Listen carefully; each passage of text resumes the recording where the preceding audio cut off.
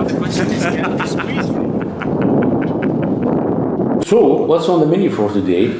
Well, today we continue stripping that giant, ignorant piece of shit in the form of a public building. Really? A giant and piece of shit. Let's go and check it out again. In the previous episode, we have observed this ignorant building while walking around the surrounding little streets. We have clearly noticed that the design is underestimating and neglecting the neighboring context. However, we have decided to give this building a second chance and check the side that is facing the main boulevard.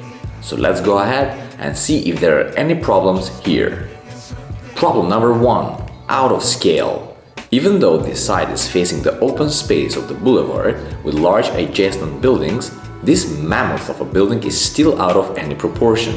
Just compare the houses that were preserved and integrated into this monster building. These buildings belonged to the bourgeoisie at that time, and so that's why they were preserved and integrated into the building. But I would say they look more like swallowed by the building than integrated. Problem number 2. Controlled inner courts. In the previous episodes, we have elaborated that we have nothing against inner courts that are designated for the public. However, if they are not designed in an inviting manner, then the inner court can act as a place for silent exclusion and segregation. So from here you have like entrance to inner courts. God knows if we can go in, probably they will ask us. And you see, it's nice place, but no one can use it, it's empty. So we have 2 more of this. As a matter of fact, the building have 3 other inner courts, but they are completely closed with centralized, controlled and uninviting accesses, inaccessible for the public, and they predominantly serve as a provider of natural lighting for the offices. Problem number 3. Dead corners. It is great when the ground floor of one building is defragmented on little corners, gaps and voids. This can make the building more absorbable for the public, but when these spaces do not offer interaction and spatial understanding between the building and the public space, they can often turn into a bunch of dead corners. Giant toilet. Everyone is peeing here. Best place to pee in Belgium.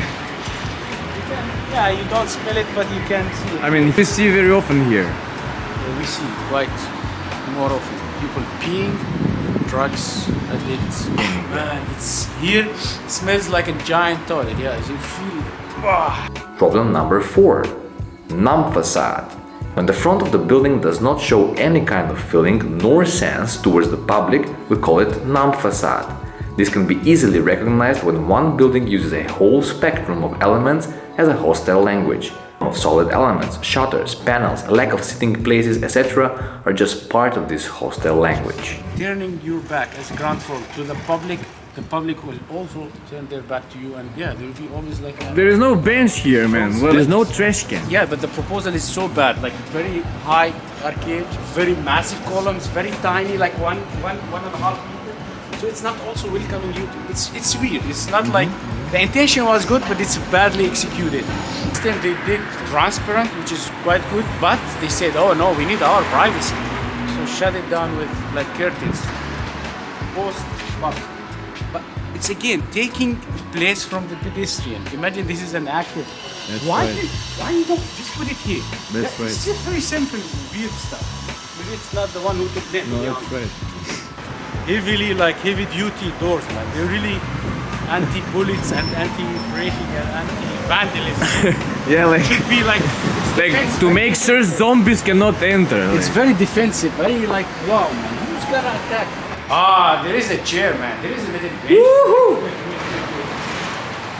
I don't think I will touch it because it's a bit scary, but Can you try sit on it, or maybe it's not hygienic? Man. But the whole ground floor in such an area is pure logistic, which is insanely. Game garage, yeah, game garage. You're right, like. Or garage or logistic. You see the boxes I was Yeah. looking.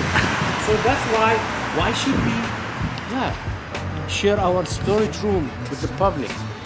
Very interesting. So look, you have glass. Look this, like you have glass, and it's with black tint, and you have shutters, and inside you can see they don't even use it for natural light. There is like shelves or folders, like crypts. Look. Problem number 5. One entrance.